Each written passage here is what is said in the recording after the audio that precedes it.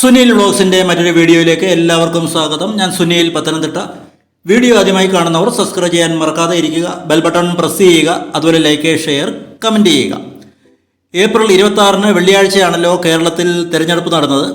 ഇനി ഭാരതത്തിൻ്റെ മറ്റു പ്രദേശങ്ങളിലെ തിരഞ്ഞെടുപ്പ് കൂടി കഴിഞ്ഞതിന് ശേഷം ജൂൺ 4 വോട്ടെണ്ണൽ നടക്കുന്നത്. കേരളത്തിൽ 20 മണ്ഡലങ്ങളിലും വാശിയേറിയ തിരഞ്ഞെടുപ്പാണ് നടന്നത്. അതിൽ തന്നെ ചില മണ്ഡലങ്ങളിൽ ശക്തമായ ത്രികോണ മത്സരവും നടന്നു. ശക്തമായ ത്രികോണ മത്സരം നടന്ന നിരവധി മണ്ഡലങ്ങൾ കേരളത്തിലുണ്ട്. അതിൽ തന്നെ തിരുവനന്തപുരം, ആറ്റിങ്ങൽ, പത്തനംതിട്ട, തൃശ്ശൂർ, ആലപ്പുഴ, കൊല്ലം, പാലക്കാട്, കാസർഗോഡ് മണ്ഡലങ്ങളിൽ തീപാറുന്ന ത്രികോണ മത്സരമാണ് നടന്നത്.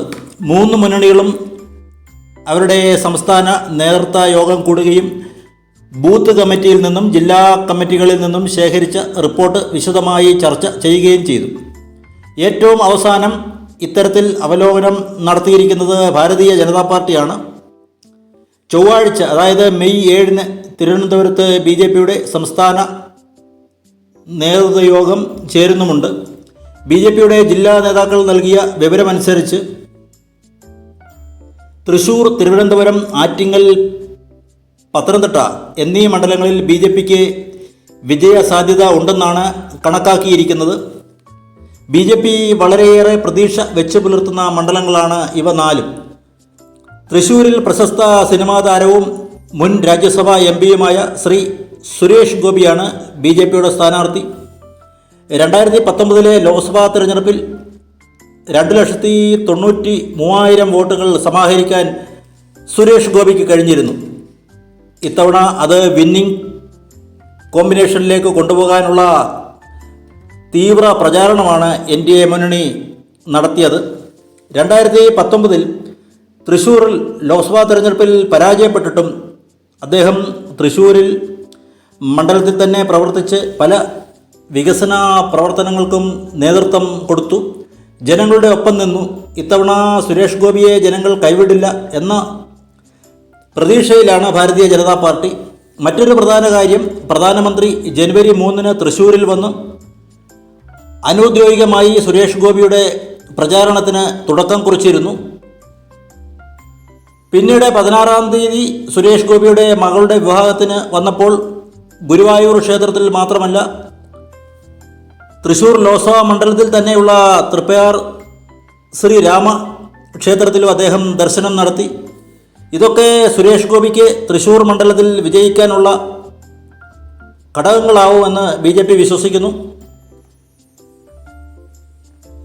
2019 തൃശ്ശൂർ മണ്ഡലത്തിൽ 77.92% വോട്ടിംഗ് നടന്നിരിക്കുന്നെങ്കിൽ 2024 അത്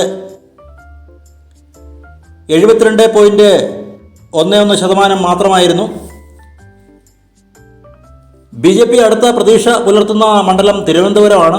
നമുക്കറിയാം, കഴിഞ്ഞ കുറേ തിരഞ്ഞെടുപ്പുകളിലായി BJP 2ാം സ്ഥാനത്ത് വന്നുകൊണ്ടിരിക്കുന്ന മണ്ഡലമാണ് തിരുവനന്തപുരം. ഇത്തവണ BJPയുടെ സ്ഥാനാർത്ഥി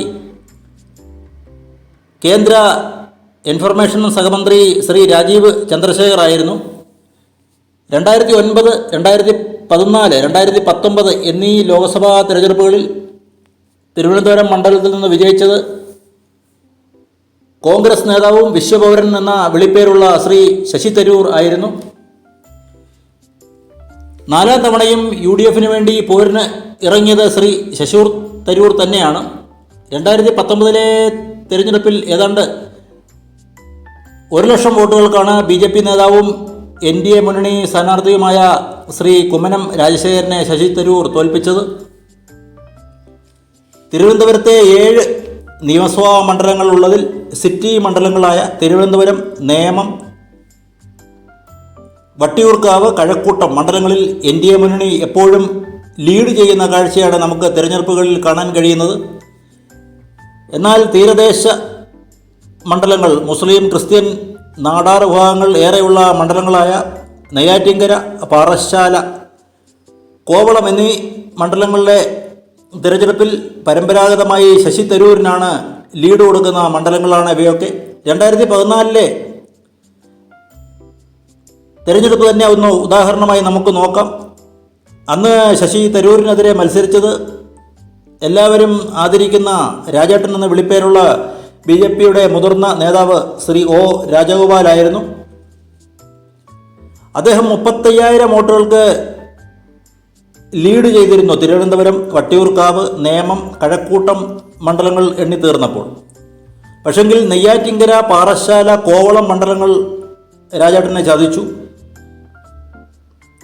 സിറ്റി മണ്ഡലങ്ങളിൽ ഉണ്ടായിരുന്ന 35,000 ലീഡ് മറികടന്ന് 14,000 ലീഡ് ശശി തരൂരിന് നെയ്യാറ്റിൻകര, പാറശാല, കോവളം മണ്ഡലങ്ങളിൽ നിന്ന് ലഭിച്ചു.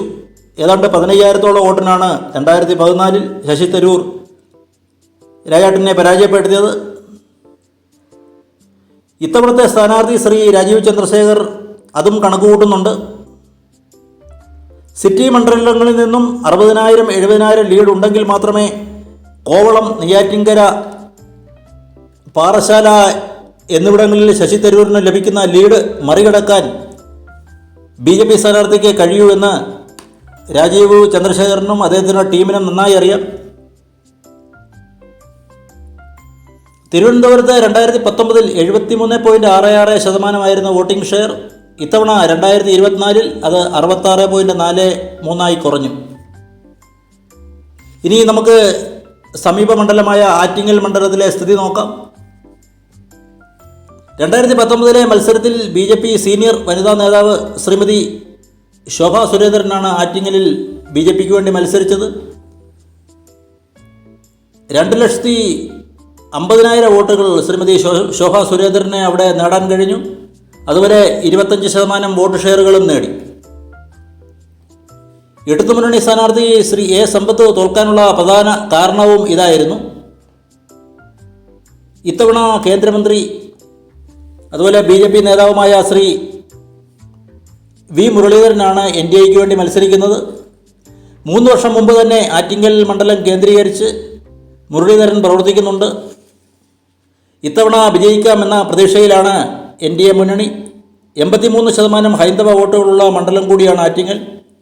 2019 ഇവിടുത്തെ വോട്ടിംഗ് ശതമാനം 74.40 ആയിരുന്നെങ്കിൽ 2024 അത് 69.40 കുറഞ്ഞു. BJP പ്രതീക്ഷ വെച്ച് പുലർത്തുന്ന അടുത്ത മണ്ഡലം പത്തനംതിട്ടയാണ്.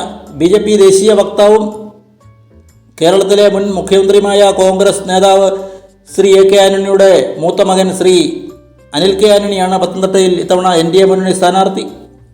2019 തെരഞ്ഞെടുപ്പിൽ ശബരിമല യുവതീ പ്രവേശനം വിഷയം കത്തിയിരുന്ന സമയം BJPയുടെ ഇപ്പോഴത്തെ സംസ്ഥാന അധ്യക്ഷൻ ശ്രീ K സുരേന്ദ്രനായിരുന്നു NDA മുന്നണി സ്ഥാനാർത്ഥി.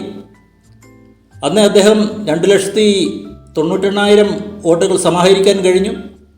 അതുപോലെ 2019 74.24% വോട്ടിംഗ് ഷെയർ ഉണ്ടായിരുന്നു. ഇത്തവണ പത്തനംതിട്ടയിൽ വോട്ടിംഗ് ശതമാനം കുറഞ്ഞു. അത് 63.35% മാത്രമായി.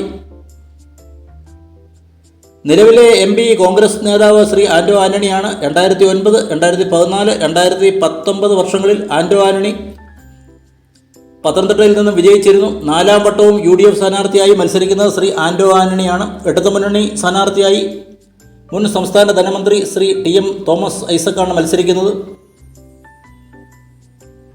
ശ്രീ അനിൽ K ആന്റണി പത്തനംതിട്ട മണ്ഡലത്തിൽ ഏറെ സ്വീകാര്യത നേടുന്ന കാഴ്ചയാണ് നമുക്ക് പ്രചാരണത്തിൽ ഉടനീളം കാണാൻ സാധിച്ചത്. ഇത്തവണ പത്തനംതിട്ട മണ്ഡലത്തിൽ നിന്നും അനിൽ K ആന്റണി വിജയിച്ച് കയറുമെന്ന് BJP ജില്ലാ നേതൃത്വം കരുതുന്നു.